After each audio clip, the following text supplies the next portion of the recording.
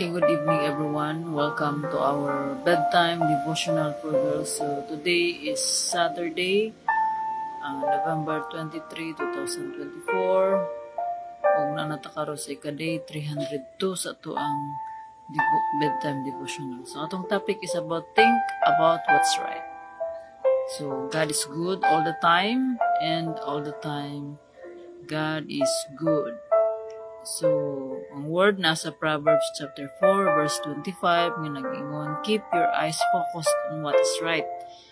Keep looking straight ahead to do what is good.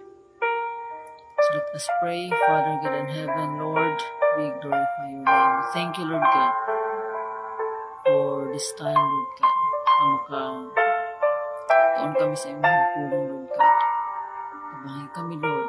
Pasiro kami, Lord God, sa mga kalapasan.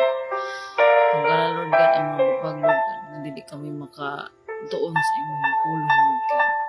Tabahin kami, Lord God, na malangbo ang mga pagtuon. Panin mo, Lord God, mo tubo, Lord God. Itong, Lord God, kami imong mga anak, kung kami palulong diha, kanin, Lord. Kuna kami, Lord, sa imong balaang Espiritu, sa imong kaalam, Lord.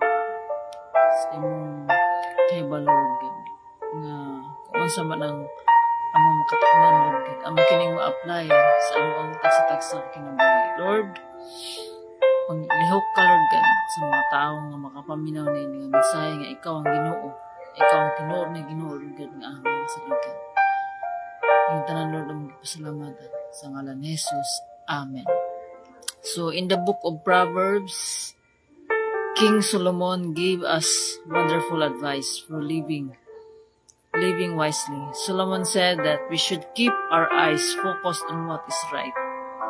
In other words, we should do our best to say and do the things that we know are pleasing.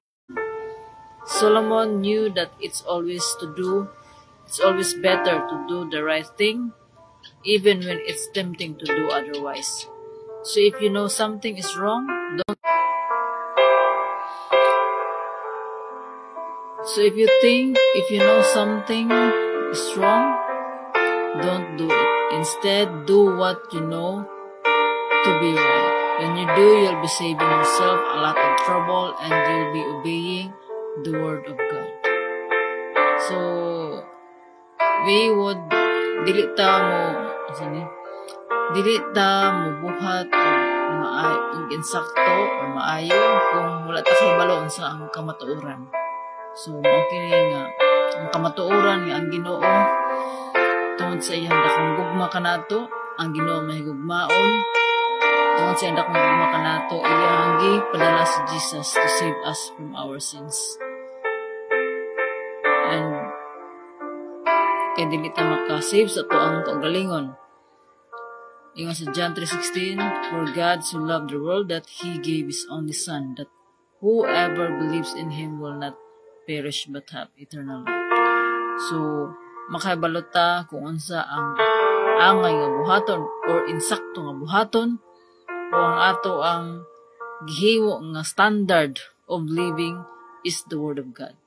So, makini nga kung ituo ta sa Ginoo, sumutuo ta sa iyang pulong tungod kay mituo ta sa Ginoo, kinahanglan nato nga basahon ang iyang pulong, basahon tun-an, kat-unan, ug i-apply nato sa ato ang tagsa-tagsa kaugalingon.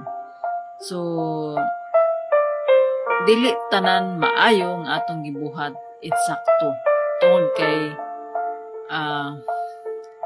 napoy iban pud nga maayo para sa ato it feels right, but it feels good but dili the right thing. So what we should follow the word of God. So ang pulong sa Ginoo maoy ato ang final authority unsa ang ato ang pagabuhaton, unsa atong istorya, pagabuhaton, masubay sa kabubuton sa Ginoo. So, think about what's right. So, sa atong pagpuyo diri sa kalibutan, dili lamang nga atong gihuna-huna is ang mga butang diri sa kalibutan Tungod kay ingon sa pulong sa Ginoo, think of the heavenly things because we are citizens of heaven. So, if we truly believe in Jesus, we will study the Word of God, we will read it, study the Word, and we will apply it. So, kani ang karong gabi una, tundo ka nato ang Ginoo nga ang iyang pulong tudlo ka nato kung unsaon ang kamatuoran, ang pagbuhat sa kamatuoran nga naa kang Kristo Jesus, because Jesus is the way, the truth, and the life. So we cannot go to the Father in heaven kung dili pinaagi kang Jesus. So we should believe, we should receive Jesus as our Lord and Savior, and from that moment, if we truly believe in Jesus, if we truly repented from our sins, and we truly surrender and committed our lives to Jesus, then God will give us His Holy Spirit, and that Holy Spirit will help us to do the things that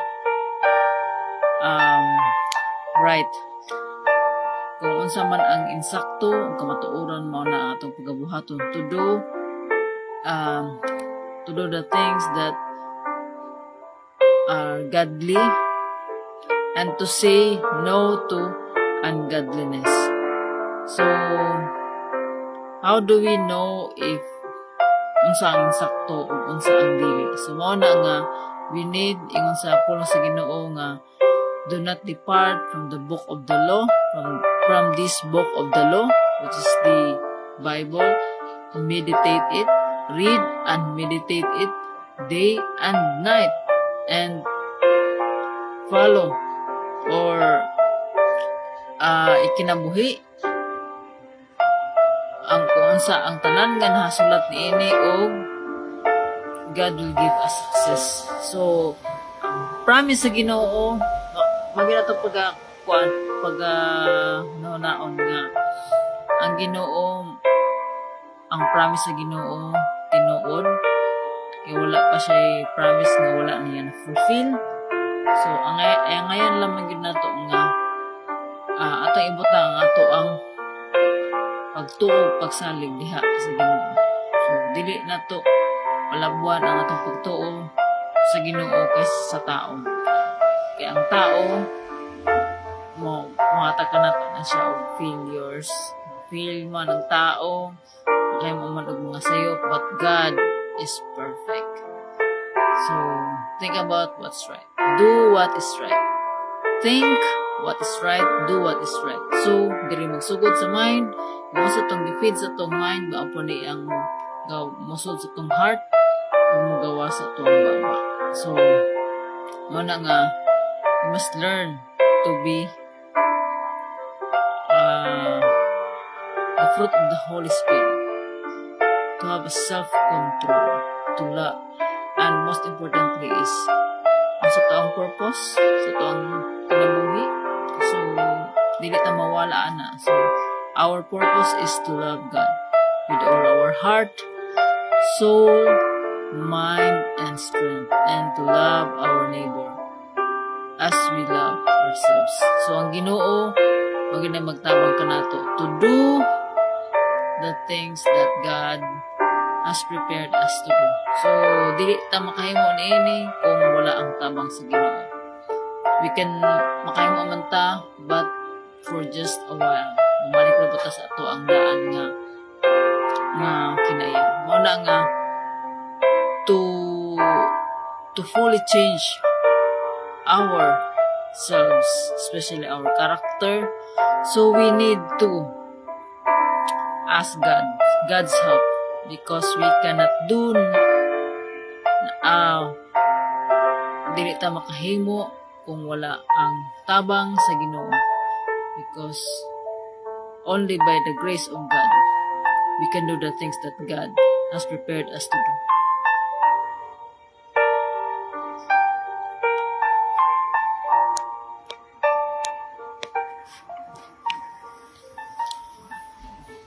So God is looking our hearts.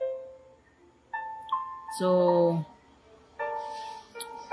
ang Ginoo kanunay nga tan-aw kung sa ang ato ang kasing-kasing. We may makahimo man ta og mga sayop, pwede man nato na kuha nato, ma-deceive nato ang ato ang isig ka tao, pero dili gyud ta wala gyud matago diha sa Ginoo. So God is looking our hearts. So think and do what is right. So karong gabi una ang Ginoo nagtudlo ka nato sa paghimo sa insakto. So makahimo lamang ta niini kung unsa ang insakto kung ana ang grasya sa Ginoo. Kung kanunay ta nasa iyang presensya, tungod kay sa presensya sa Ginoo, diha lamang nato makit-an ang ato ang fulfillment, ato ang kinabuhi, o tungod sa grasya sa Ginoo makahimo ta sa mga gipabuhat niya kanato ang mga insakto. So we need to make the Word of God as our standard of living. So mao nang guided ta kung unsa ang ato ang pagabuhaton. So do what is right with the help of God. So to God be all the glory. So let us pray. Father God in heaven, Lord, we thank you, Lord, for your word. We thank you, Lord, for reminding us, Lord God, nga to do what is right, to think what is right. Tungod kay ikaw Ginoo nakahibalo ka sa matag usa kanamo ng mga kasing-kasing. Ikaw ang Ginoo nga maoy makapabag-o kanamo, Lord God. Help us, Lord God. Kung unsa ang imuhang ipabuhat kanamo, maopod among mabuhat. Tabangi kami, Lord, kay wala kami mahimo o wala ikaw. Ang salamat, Lord, sa imong pag-uban kanamo gikan sa pagsugod hangtod sa pagtapos niini. Nga ikaw ang Ginoo, Lord God, nga maoy angay pasidunggan. Lord, sa mga naminaw ni ini nga mensahe, ikaw ang Ginoo nga maoy magapanglihok sa ilahang kinabuhi. Padayon ka, Lord God, nga panalangin kanila, Lord God. Padayon ka, Lord God, nga magapalambo sa ilahang pagtuo diha kanimo, Lord God. Ug sa imong dakong gugma ay imong ginahatag, Lord God, sa walay katapusan. Father God, salamat o kining tanan, Lord God, para sa imong himayaan. Ang tanang dungog ug mga pagdayeg kanimo lamang Amahan na naa sa langit, sa pangalan ni Jesus. Amen ug amen. So, mayong gabi to those who are joining us online. So, good night, God bless, and simba ta ugma. So, see you tomorrow. Have a nice weekend. Have a nice Saturday. Bye.